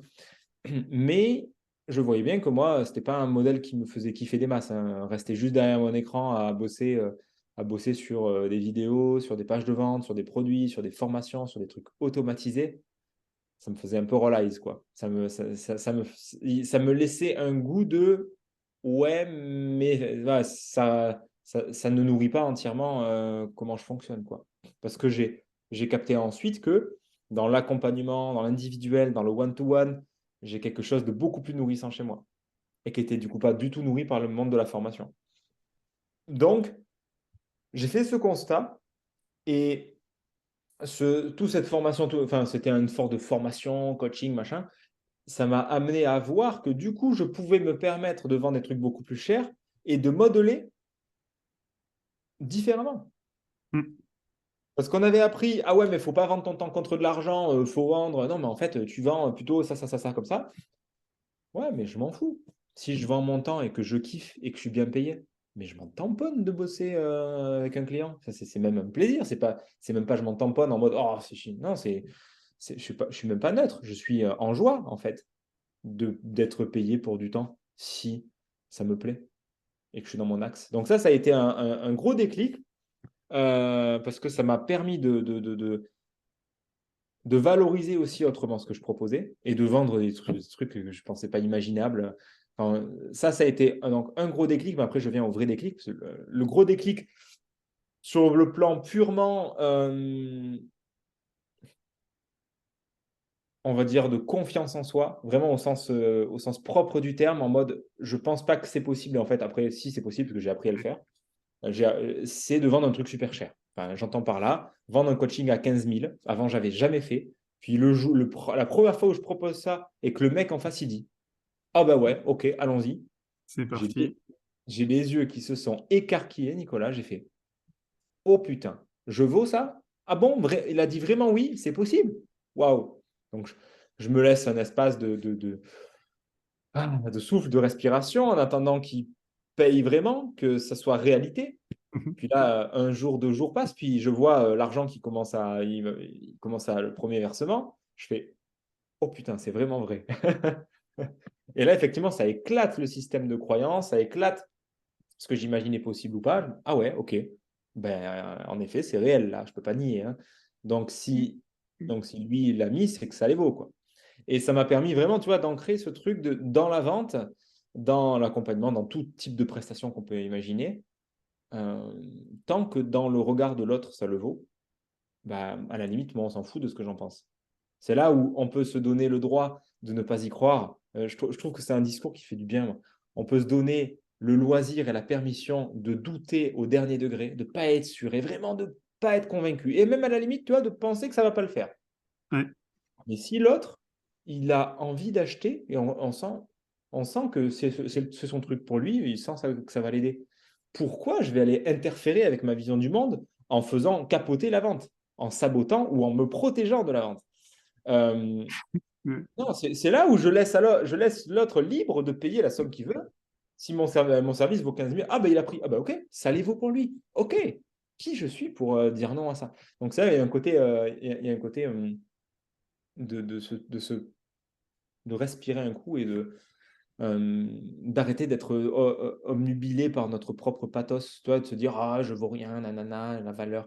En fait, la valeur perçue, c'est pas toi que je vais la prendre, mais la valeur perçue ne dépend que de celui qui regarde, euh, puisqu'on parle bien de valeur perçue. Donc je perçois, donc l'autre il perçoit, ça, oui, évidemment, la façon dont je me présente, dont je parle, dont je suis vêtu, etc., ça te donne des informations, mais fondamentalement, si l'autre en face, il a décidé de me donner 15 000 boules, il me les donnera, hein. Sauf si je lui donne pas mon RIB, etc. Non, non, non, je veux pas. Ça, c'est un classique aussi. C'est des gens, ils ont closé des deals, mais non, non, ils envoient pas leur RIB et ils se débrouillent pour pas se faire payer. Alors ça me passe au-dessus. Mais c'est une belle façon de se protéger de la vente et de l'argent, hein. Ouais, Alors, ouais. soit dit en passant. Donc ouais, ça c'était un gros cap pour moi de réaliser, tu vois, potentiellement, je peux vendre à n'importe quel prix parce qu'en fait, il y a toujours une personne en face qui est capable de payer parce qu'il voit la valeur. Mais j'en viens au mais et à la vraie bascule que je voulais partager, c'est le côté, la rigidité justement sur ça.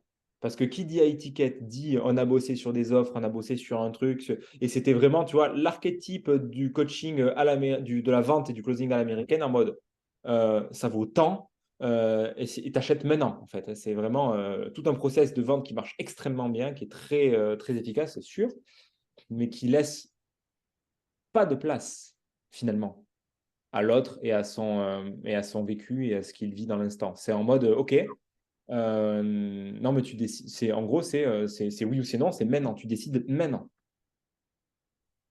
Et bah, j'ai fait pareil, comme toi, j'ai fait, hein, j'ai vu que ça marchait, plus ou moins. Et puis, avec le recul, je vois toutes les ventes que j'ai ratées parce que j'étais obnubilé sur la rigidité de mon offre. C'est mon offre à 15 000, c'est comme ça, c'est pas autrement. Et j'avais décidé comme ça, pouf, mon coaching, c'est ça, c'est 6 mois, c'est 15 000, point. Et en fait, je vois ce que j'ai perdu comme chiffre d'affaires en étant bloqué sur ce truc-là. Et donc, de gens que je n'ai pas aidés en étant figé sur ce truc-là. Ce que ça m'a amené après, mais bien après, en ayant fait tout ce cheminement d'écoute de moi, de démarrer épanouissance, de changer tout un tas de choses dans ce que je proposais. Ça a changé complètement de forme et de fond. Et j'ai réalisé que, en fait, je pouvais complètement adapter à chaque personne. Là où moi, j'avais appris, pareil, ah non, mais tu as une offre et tu la vends à tout le monde. Et puis ça, tu as une personne qui veut aller de A à B. Et puis en fait, ton avatar, c'est tous les mêmes. Donc, ils veulent aller de A à B et ta méthode, c'est la même. Bon, OK. Et bah, force est de constater que même en ayant, bien sûr, des trames d'accompagnement, etc., la personne que j'ai en face, tous ne sont pas prêts à faire ce même chemin. Et du coup, ça m'a invité à mettre et en fait, ça s'est fait naturellement, tu vois, avoir de l'écoute et de la souplesse. Où moi, du coup, de la façon dont je fonctionne, c'est que j'entends la personne en face, j'entends s'il y a une vraie objection ou si c'est juste de la peur et je veux dire, une objection factuelle de ah bah attends, il faut vraiment que je check mon compte, machin, je sais pas, il y a une vraie objection, tu vois, légitime. Ou si c'est une fausse objection, donc qui est une peur, un truc non mis en lumière, mais qui est légitime aussi, mais qui n'est pas dit comme tel. Et où là, ça me demande de l'écoute et de la finesse pour aller trouver en fait un terrain d'entente avec l'autre. Parce que si moi, je sens que c'est oui pour moi, je peux l'aider, j'ai envie de l'aider, et c'est oui pour l'autre, il veut être aidé, il veut y aller, accompagner, c'est à nous à trouver un terrain où on peut co-créer l'offre, l'accompagnement, le truc, pour que ça se fasse en fait. Et quand à l'époque, moi j'étais obnubilé par mon truc des 15 000, il n'y avait pas d'espace pour ça, et du coup, bah, il y a plein de moments où ça ne closait pas parce que bah, Fabien, j'ai pas le budget. Ben, je comprends. Et ça me paraît mais tellement évident aujourd'hui, ça crève les yeux. Mais voilà, mais en fait, ça demande tout un espace de détente pour que lorsque tu es dans une discussion comme ça, lorsque je suis dans une discussion qui est en fait une vente hein, quelque part, bah, juste d'être en écoute de l'autre et de trouver une façon pour que ça se fasse si ça doit se faire. Et de dire, OK, bah attends, on va pas faire ça, non, on va faire plutôt. Qu'est-ce que tu en penses? Qu'est-ce que tu proposes, toi? Est-ce qu'on pourrait faire comme ça, comme ça, comme ça? Et puis on cherche ensemble une façon de faire, et puis la personne signe sur autre chose que l'offre unique, machin. Ça m'a demandé de ne plus être borné et rigide. C'est le côté rigidité. Tu sais, il y a une offre, mais quand j'ai compris que de toute façon, une offre, ce n'est qu'un cadre mental, un truc érigé comme ça, en concept, mais qui est créé de toutes pièces. Ça n'a pas d'existence. Une offre, c'est quoi? Tu as posé sur un papier, oh bah, c'est tant de séances, c'est tant de trucs, c'est tant de contenu, ça vaut tant. C'est une création mentale. Donc, je peux être souple avec cette création mentale. On s'en fout. Ce qui est important, c'est le réel, c'est la personne en face. C'est si elle a envie d'y aller et si je peux l'aider et si je suis OK de l'aider pour le tarif, pour l'argent qu'elle a à mettre dedans. C'est tout. Donc, ouais, ça, c'était un gros déclic parce que du coup, aujourd'hui, je me permets de changer là, d'être souple, d'écouter l'autre en face, d'écouter ses envies, d'écouter ses contraintes et de proposer en fonction ce qui est le plus juste et ce qui est le plus pertinent. Et si ça n'est pas le moment, si ça n'est pas le timing, mais je ne propose même pas. Et s'il y a un vrai délai aujourd'hui, là où avant, ce fameux coach, il nous disait non, non, mais si la vente, si c'est pas closé dans l'instant, ça ne closera pas. Eh bien, mon expérience m'a montré le contraire. J'ai plein de gens qui n'ont pas, qui ont besoin, et j'ai même envie de dire, avec tout ce cheminement que j'ai compris avec l'énéagramme et les profils psychologiques, il y a bien des gens, si tu leur fous la pression pour qu'ils décident maintenant, ils vont fuir parce qu'ils ont Oui, c'est pas besoin. impressionnant. Ils ont besoin de se poser, ils se sentent piégés, ils se sentent assiégés, un peu comme tu disais, avec les méthodes peu respectueuses et peu scrupuleuses, pour jouer sur le système 1 et décider maintenant et emprisonner le prospect comme un poisson. Or, juste laisser un espace de réflexion qui est tout à fait légitime et poser, pourquoi pas, un autre appel derrière, ça fait partie tout à fait des possibilités aussi. Mais ça revient à quoi? L'écoute du vivant, l'écoute de qui j'ai en face. Si je sens que j'ai quelqu'un qui se bullshit, etc., bah peut-être que s'il y a trop de bullshit, trop d'excuses, trop d'objections, peut-être que son système est plein de barrières et que c'est justement pas le moment d'y aller. Peut-être que ça irait en forçant. Et effectivement, avec le recul, quand je vois ce que ce coach, je ne le nommerai pas, c'est pas très intéressant, je ne veux pas faire de la dominem, mais quand je vois tous les gens qu'il a closés contre leur gré, en connaissant bien les leviers psychologiques, et que je vois qu'en fait, ça ne leur a pas apporté tant que ça, bah, effectivement, closer pour closer, coûte que coûte, pas très écologique comme histoire. Hein. Derrière, il y a des pots cassés derrière. Hein. Non, Donc, moi, je crois beaucoup plus en une approche beaucoup plus juste, respectueuse, autant du client que du vendeur, une écoute en fait de... Mais il y a une notion de pouf, tu as de lâcher, de ne même pas savoir a priori avant l'appel. Je sais que je peux avoir une, deux, trois offres, mais de lâcher complètement sur la finalité de je ne suis même pas dans l'intention de closer, juste dans l'intention d'être en lien avec la personne que je vais avoir et avec ce qui va sortir. Je ne sais pas ce qui va sortir. C'est ça. Là, je trouve que il y a un mot qui est sorti qui résonne très fort depuis tout à l'heure, c'est le mot intention, hein. Et je me suis rendu compte, moi, c'est lié à une de mes bascules, de me rendre compte, pardon, à partir d'où est-ce que j'agissais en vente ou en tant qu'entrepreneur en général. Pendant des années, j'ai agi à partir d'une peur de manquer, j'ai agi à partir d'une volonté de contrôle, j'ai agi avec une volonté de me comparer, et donc avec une intention qui me tire plutôt vers le bas en fait que vers le haut. Et qui est crispé du coup. Ouais, c'est très crispé et c'est pas connecté à l'autre, enfin, c'est connecté à une part de moi qui me tire vers le bas plutôt que vers le haut, hein. Et donc Ouais. ça, je pense petit à petit, j'en ai pris conscience de, attends, mais avec quelle intention je viens là aujourd'hui dans ma posture de vendeur et d'entrepreneur, et jusqu'à mettre vraiment ce sujet dans le viseur. Enfin, du coup, j'ai observé cette peur de manquer. Pendant longtemps, je me suis dit que c'était une fatalité, tout le monde l'avait, etc. Puis petit à petit, j'ai quand même cette habitude de mettre les peurs dans le viseur les unes après les autres. Donc, franchement, le viseur me dit, oh, ok, qu'est-ce que tu as à me dire, toi? Et là, paf, bascule. Enfin, j'ai compris intellectuellement, mais c'était même dans les tripes quasiment en même temps que non, je pouvais décider que mon niveau de sécurité et de bonheur ne dépendait pas de l'argent que je gagnais, ne dépendait pas d'aucune ressource extérieure, en fait, que je pouvais décréter que j'étais en sécurité aujourd'hui et pour le reste de ma vie, et que je pouvais décréter que je serais heureux aujourd'hui et pour le reste de ma vie, et que ça ne dépendrait d'aucun facteur extérieur. C'était ouf, ça. C'était ouf. Et C'était un... tu Ouais. as décidé comme ça, pouf.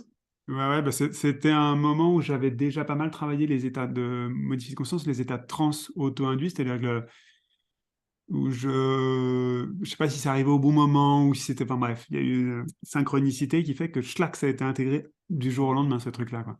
Ok. En même temps, la tête a compris, le corps a suivi, ça a été reprogrammé Hmm. instantanément, pareil en suivant une formation.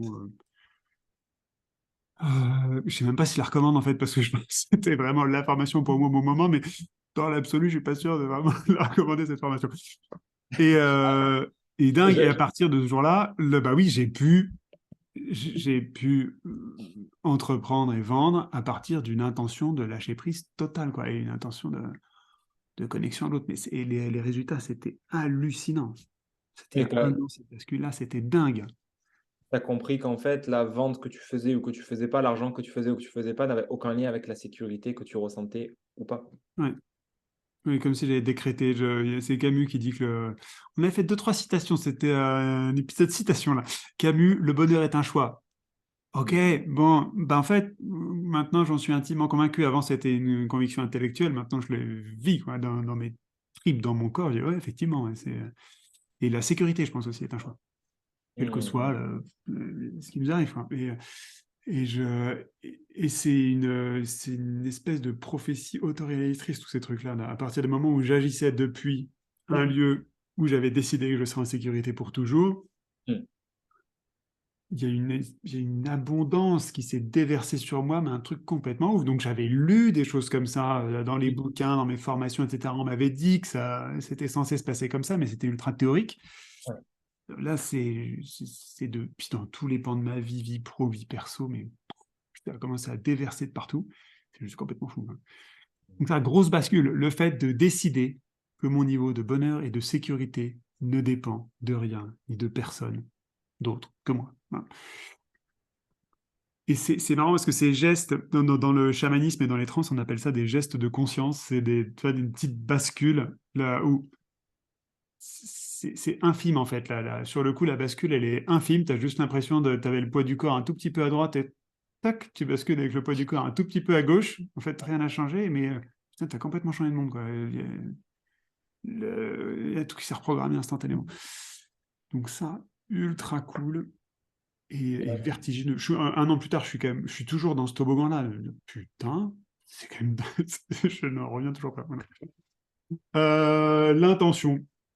Et je trouve, dans toute cette formation, comme on a consommé beaucoup de formations tous les deux, et même dans le business en général, je trouve que le mot intention a un peu de place en coaching, mais je suis Mm. toujours assez frustré en fait de constater à quel point c'est un mot qui est, c'est pas banni, mais en tout cas c'est un mot qui passe sous tous les radars dans le business, alors que c'est, je pense, un des mots les plus puissants.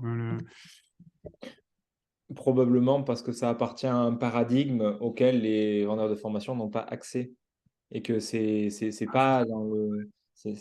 Probablement, mais je sais pas.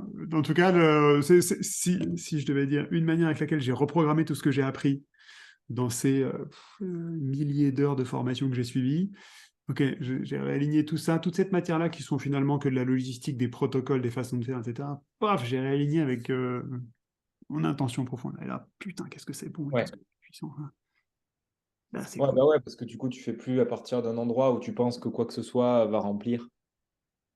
Parce que c'est pas, Oui, va remplir une forme de manque ou une forme de besoin. Il y a aussi tout ce que tu disais sur la CNV, que tu as conscience que derrière, bah, il y a un besoin de sécurité, il y a une confusion entre le besoin de sécurité et la volonté de gagner du cash. Mais l'argent, aussi élevé soit-il, comme je dis souvent, tu as des gens qui sont milliardaires et qui se sentent en insécurité, ils ont peur qu'on leur pique leur cash. Tu as des gens qui n'ont pas d'argent et qui sont pas en sécurité.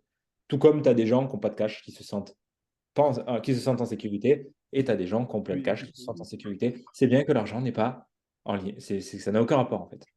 Ouais. Ouais. Euh, Il y a un truc qui m'a titillé quand tu as vas-y. parlé, je voulais revenir dessus pour te poser la question. Comment tu peux décréter que tu seras toujours en sécurité, puisque. J'en sais rien. Honnêtement, j'en sais rien. Mais j'ai maintenant cette conviction-là, et puis c'est un cercle assez vertueux en fait. Donc sur le coup, j'ai décrété que j'étais en sécurité là, pour la période Oui, qui venait. voilà. Tu vois, j'ai Ok. dit, OK, bon, bah là, pour la semaine qui vient, je décrète que je suis en sécurité Ok. pour la tranche de vie qui s'annonce. Et, Mm. euh, et alors, ce que je constate un an plus tard, c'est que avant ça, on est dans les montagnes. On habite dans les montagnes, on a bougé là, au moment où on enregistre, ça fait un an et demi qu'on a bougé dans les montagnes, on est parti de la campagne d'Angers et on est au fin fond de la Haute-Provence dans un terrain où il y a 2 hectares de bois, etc. Je pense que dans les déclencheurs qui nous ont fait bouger, il y a le fait qu'on s'est beaucoup renseigné sur les effondrements possibles, naturels, économiques, etc. Et je pense que dans les intentions, il y avait une intention de mettre nos fesses à l'abri Mm. à un endroit où il ne ferait pas 50 000 degrés dans 20 ans, etc. Et donc il y avait une peur derrière, hein, hyper claire. Quoi. Je constate, il se trouve que la bascule sur la peur de manquer a été faite après, une fois qu'on était installé ici. Le terrain dans lequel on est a contribué à ce sentiment d'abondance de dingue. Ça veut dire quoi? Ça veut dire des centaines de kilos de fruits récoltés alors qu'on n'a rien fait. Quoi. C'est juste, on a mis les cajots en dessous, on a rempli les cajots. Quoi. Des 100 kilos de châtaignes avec lesquels on a fait des pommes de confiture de châtaigne, bref, etc. Donc, sentiment d'abondance de dingue. Il y a un ruisseau qui traverse le terrain et il se trouve que ce ruisseau est alimenté par un canal l'été. C'est un torrent l'été. Quoi. Même quand il fait ultra sec, c'est un truc de fou. Quoi. Donc, on vit l'abondance très concrètement. Ouais. Et donc, en prenant un peu de recul sur tout ça, je me dis, mais en fait, je n'arrive même plus à avoir peur de ce dont j'avais peur avant. Donc, j'ai l'impression qu'il y a un petit côté définitif, quoi, une Mm. bascule. Et putain, ça a cliqueté dans un sens. Je vois pas vraiment comment ça pourrait recliqueter, Ouais. quel que soit le niveau de galère qui puisse nous tomber dessus. Et Mm. c'est ça qui me fait. J'ai l'impression que j'ai basculé dans cette sécurité un peu ad vitam aeternam. Alors, peut-être que si je m'en prenais une grosse sur la gueule, là, je ferais moins le malin et je dirais, ah non, non, il y a quand même encore des endroits où il y a un peu d'insécurité qui freine. Soit quand je dis sous une peur comme ça, tu as la peur de déranger. Pendant un temps, j'ai cru que je l'avais complètement fait péter, et puis je me suis rendu compte, ah ben non, non, non, en fait, il y a des cas où adresse. C'est quoi les cas où adresse? Ah, d'accord, ok, la peur de déranger, elle avait sauté vis-à-vis des gens que je connaissais, mais la peur de déranger les gens que je connais pas encore, ça n'avait pas encore sauté. Ah, ok, d'accord, bon, ben, je l'ai mis dans le viseur, puis elle a fini par sauter aussi. La... Donc souvent, quand il y a une peur qui saute, j'ai l'impression qu'en fait, ça saute de fond en comble. Non, non, c'est une bonne partie de la peur qui saute, mais il reste des Ouais. situations dans lesquelles elle peut encore gigoter. Et bon, bah, c'est OK, puis je vais travailler ces dernières situations qui restent, là, puis petit à petit, effectivement, il en reste beaucoup, ouais. Ce que je constate à chaque fois, c'est que, autant pour toi que pour moi, c'est jamais directement et frontalement. Le truc a pété toujours de façon indirecte en t'occupant d'autres trucs. Ouais, oui, bah alors encore plus avec les trans, parce qu'avec les trans, je décide pas vraiment ce qui saute. Je détourne à peu près, et puis je vois juste à la fin de la trans, ah bah, enfin, je vois dans les jours qui suivent, je dis, ah, mais c'est bizarre, ça régit plus de ce côté-là. Avant, c'était impossible, maintenant, c'est un Ouais, non-sujet, quoi. ouais. Et, euh, et donc, il y a toujours ouais, des espèces de bénéfices collatéraux. Je Hmm. constate pas de dommages collatéraux d'ailleurs, mais des bénéfices collatéraux quand il y a un truc qui se libère. Ça, c'est bon, ça. Très, très bon, ça. Grave. Complètement, oui. Puis aussi, il y a un côté où ça élargit ton champ de vie, en fait. Quand on est prisonnier dans notre petit ego, il y a toujours, tu sais, c'est ça ou ça. Et c'est très réduit et pas détendu du tout. Pas détendu, c'est même très crispé. Alors que du coup, là, ça se sent, enfin, je le sens quand on parle, des trucs très. Oh, le système, il s'est élargi, c'est assez souple, c'est plus dans la vie, en fait. C'est plus en En connexion. expansion plutôt qu'en contraction. En tout cas, je Voilà, pense qu'il faut sans doute des deux, mais en tout cas, là, ça. ces phases-là, c'est des phases d'expansion de dingue, du coup, qui deviennent ma boussole, hein. Ouais. Ah ouais, Ouais. puis qu'est-ce que c'est bon ça. Et donc ça amène sur les vibrés plutôt que planifiés, etc. Là. Qu'est-ce que Hmm. c'est bon d'aller juste s'accorder avec ce qu'on a au fond des tripes. Hmm. Ah, et de constater que tout ça, ça fait comme une espèce d'onde de choc qui aligne tout ce qui se passe autour avec ça. Donc, ouais, ça, c'est les conséquences de ce que j'ai vécu il y a un an sur la peur de manquer et la peur de perdre le contrôle qu'on sautait ensemble. Ouais. Et faire sauter tout ce que je planifie, en fait. Donc, je planifie quasiment plein. Là. Donc, les objectifs, les machins, ça a sauté. Donc, effectivement, Cool. j'organise des formations dont certaines sont en collectif. Donc, eh bien, à un moment, il faut qu'elle ait une date, quoi. Mais, donc, ça, je fais, quoi. Ouais. Mais de me mettre des objectifs de chiffre d'affaires, ça, c'est fini. De me forcer sur quoi que ce soit, c'est fini. Le fait d'aller découper le quart de petit poil de tous mes projets, c'est fini. Non, là, Hmm. par contre, je vibre très fort, donc je me mets hyper au clair sur l'intention et clac. Après, je fais en sorte que cette intention, elle rayonne. Et tant qu'il se passe rien, c'est sans doute qu'elle n'est pas alignée et que ça rayonne pas, quoi. Et Ouais. donc, je vais retravailler le rayonnement intérieur, là, à quel point est-ce que ce qui est aligné ou pas. Je corrige ce qui me semble pas aligné et j'attends et je constate. C'est quand même Hmm. hyper confortable. Enfin, d'autant plus que je constate derrière. Donc je suis pas là à attendre comme un con pendant un an. Bah alors, oh! Non, ça vient quand même très très vite. C'est ça, c'est surprenant. C'est même instantané, quoi. Ah, bah, quand il y a une intention forte avec une détente derrière qui n'est pas crispée sur le résultat, c'est clair que je te rejoins dans mon expérience, ça fait à peu près pareil, hein. Mais tu vois, même des fois, quand l'intention n'est pas forcément identifiée, je te donne un exemple simple d'hier, tu vois. Hier, j'avais plein de trucs prévus sur mon agenda. Et puis je me pose là sur mon ordi à regarder et faire, j'ai pas envie. Donc à part l'élan que j'avais d'écrire, je sais plus sur quoi, j'ai écrit un truc. J'ai fait un je crée, j'adore écrire. Et puis à passer ça, plus envie de rien, quoi, hein. Donc j'ai rien foutu, j'étais là, je glandais, et puis après j'ai arrêté, puis j'étais à l'écoute. Puis oh tiens, je vais aller sortir, puis j'allais marcher. Puis j'ai l'impression d'avoir rien branlé de la journée. Et puis tu sais quoi, j'ai fait du coup sans le vouloir, parce qu'en plus, une des intentions de la semaine, alors, attends, si, une des intentions de la semaine, c'était d'identifier, de mettre plus en clarté l'heure à 10 000 euros. Tu sais, cette heure qui a immensément de valeur, qui n'est Ouais, pas dans le, essentiel. le- Ouais. le petit papier à 10 euros de l'heure, de la paperasse, de machin, qui n'est pas non plus dans du copywriting ou de la création de contenu qui va être à du 100 euros de l'heure, ni même du coaching ou de la presta qui pourrait être à du 1 000 euros de l'heure. Tu es sur du 10 000 euros de l'heure où c'est vraiment les heures game changer. Et sans faire exprès, bah, je l'ai fait du coup, en ne branlant rien. J'ai mis en lumière que ce que j'avais imaginé comme priorité pour mettre de la pub sur un truc sur ma chaîne, dans mon écosystème, c'était pas au bon endroit que j'allais le mettre. Parce que ça poussait déjà très fort à un endroit et qu'il y avait juste à soutenir et à mettre la lumière sur ce qui poussait déjà en termes de Pareto, hein, si on parle 20-80 par Mm. exemple, 20% qui amènent 80% de résultats. Ben, en fait, cette prise de recul involontaire, parce que j'avais envie de rien faire, m'a mis en lumière que putain, j'avais pas capté ça et il fallait absolument que je m'occupe de ce truc-là. Du coup, j'ai posé tous les contours en 10 minutes. J'ai fait, mais je vais changer ça sur un truc qui marche déjà, qui rapporte déjà des clients, etc. J'ai déjà imaginé comment ça peut être multiplié. Et ben c'est bon, je fais. Alors que c'était pas attendu, tu vois. C'était pas planifié, attendu. Et ça, je trouve ça assez énorme. C'est un Américain que j'aime beaucoup qui s'appelle Perry Marshall, qui parle beaucoup de ce 20-80. J'ai pas ça, ouais. Et oui, il disait que ces temps-là, finalement, ces temps d'heures à 10 000, là, ces temps de. Enfin, les heures à 10 000, c'est pas pareil, mais les temps les plus productifs, ces temps de.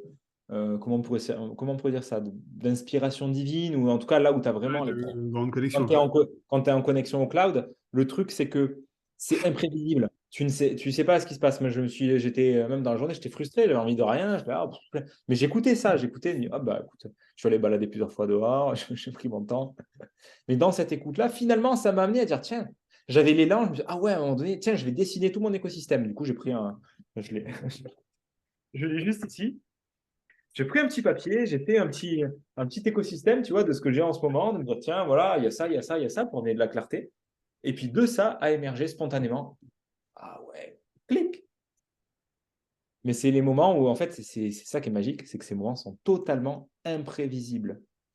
Et ce qui m'amène, du coup, tiens, moi, mon dernier point que j'avais noté, le gros game changer aussi, c'est d'avoir lâché les attentes sur des résultats rapides. Ah, ça c'est vraiment, vraiment beaucoup détendu chez moi. Parce que toutes ces années à vouloir que ça marche, que ça explose et que tu fais plein de trucs, eh ben, en fait, je ramais vraiment, ça galérait, ça galérait, ça galérait. Parce que j'étais toujours prisonnier du court terme, de stratégie. Je faisais que changer de stratégie. Ah, podcast, ah, non, vidéo, ah, réseaux sociaux, ah, LinkedIn, ah, prospection, ah, pub. Et du coup, ça poussait jamais. Parce que volonté de résultat rapide et trop d'attente. Et attente crispée. On pourrait dire intention détendue, attente crispée. Et du coup, ça m'a ramené sur un truc, Nicolas, c'est la foi, en fait. La foi en la vie, la foi en moi et le côté, putain, mais c'est la vie, ça prend du temps. Là, j'ai planté, ce week-end, j'ai planté mes oignons et mes ails, mes ails. Et, Je crois. et ça prend du temps. Je sais qu'on va les cueillir en mai ou juin, je crois. Enfin, c'est le potager, ça prend du temps. C'est normal. Mais il y a une foi dans le présent. Ben, c'est toujours un acte de foi, tu sais, comme dans Matrix 4, hein, quand il met le pas devant l'immeuble, là, et qu'en fait, c'est le saut de la foi. Il y a un truc de je ne sais pas si ça va marcher, j'en sais rien. Je pose un acte de foi, c'est ce qui fait sens, c'est qui résonne là. Tantôt c'est mon article, tantôt c'est une vidéo, tantôt là, boum, c'est une interview, une discussion avec toi. Il y a quelque chose qui est posé, mais c'est la vie, c'est le réel, et dans le réel, ça prend du temps. Ce n'est pas des trucs instantanés, magiques. Mais paradoxalement, quand on est dans ce truc-là, ça va, comme tu dis, plus vite que ce qui était prévu.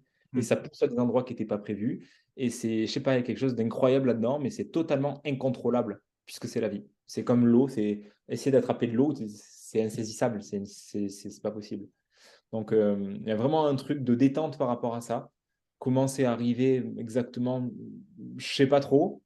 Ça m'a, ouais, si, je pourrais te dire que ça m'a fait réaliser qu'en fait, toutes les volontés de contrôle des dernières années à vouloir, j'ai vu que j'avais généré des effets, à chaque fois des effets pervers, les effets exactement contraires à ce que je voulais, à vouloir faire, gagner, gagner, gagner, gagner, gagner. Ben, ça marchait pas, ça marchait moins, ça réussissait pas. À vouloir réussir à tout prix, je créais ce que j'évitais à tout prix, l'échec. C'est vraiment ce joli mot que j'aime bien, l'antitélie. Tu fais quelque chose, mais tu es tellement crispé dans une intention, avec tellement d'attentes, que tu crées l'exact opposé parce que ça part d'un endroit où ben, justement, en fait, en fait, là, c'est comme, tu sais, vouloir tellement la sécurité, mais il y a tellement une énergie d'insécurité que tu vis quoi? Tu vis l'insécurité. Tu veux tellement de l'argent, mais c'est tellement motivé par une énergie de manque que tu vis quoi? Le manque. Tu veux tellement l'amour, une personne dans ta vie, mais tu vibres tellement le pas d'amour que tu vis pas d'amour. Et Ouais, ça rebondit par ce ça. paradoxe magnifique de la foi, du coup, de se dire juste, dans l'instant présent, là, je m'en remets à qu'est-ce que j'ai envie là. Et de plus en plus, je m'autorise à aller plonger là-dedans parce que dans mon système, j'aimerais pouvoir contrôler les résultats via mes actions, etc., savoir qu'il faut faire ça, ça, ça, ça, ça, ça. Et puis, moi non plus, il n'y a plus d'objectifs, il n'y a plus de trucs. Évidemment, il y a des intentions, je sais que grosso modo, sur le deuxième trimestre, j'ai le plan de me dire, tiens, je vais rebosser sur mon livre. Mais c'est tout. Et sur le troisième, quatrième trimestre, j'en sais pour l'instant foutre rien. Par contre, je suis à l'écoute. Je suis à l'écoute de ce qui est là, ce qui joue, et ça n'empêche pas ça empêche pas d'utiliser son centre mental et tu vois, et d'avoir des plans et de structurer, mais pas pour les mauvaises raisons. Pas pour me rassurer, me donner l'illusion que ça avance. Parce que s'il y a trop de planification, c'est comme tu disais, vibration et pas de planification, c'est ça, un truc comme ça. Ah, la vibration plutôt que planification, ouais. C'est qu'effectivement, au plus je vais planifier, surplanifier, etc., bon, au moins il y a de place pour de l'écoute. C'est exactement comme le truc de bah, s'il y a mon offre qui est posée, tout posé, machin, mais il n'y a pas de place pour l'autre. OK, donc virons ces trucs-là qui sont des artifices pour être plus à l'écoute de moi, de la vie. Et là, il se passe des choses cool. Mais c'est pas contrôlable. Et c'est pas. Et on sait pas. Et c'est ça la foi. C'est que en même temps, tu sais que tu es là dans l'instant, tu es OK, je suis là, j'écoute, je suis avec moi. Mais putain, je sais pas où ça m'emmène, quoi.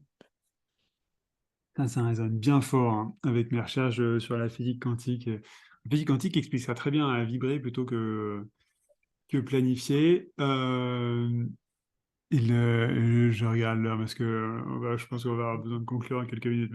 Mais ce que je retiens de mes recherches en physique quantique, le cerveau, il est assez bon pour influencer notre réalité à horizon quelques jours, quelques semaines. Effectivement, il a un impact indiscutable. Par contre, il est complètement démuni quand il s'agit d'influencer la réalité à horizon quelques semaines, quelques mois, quelques années.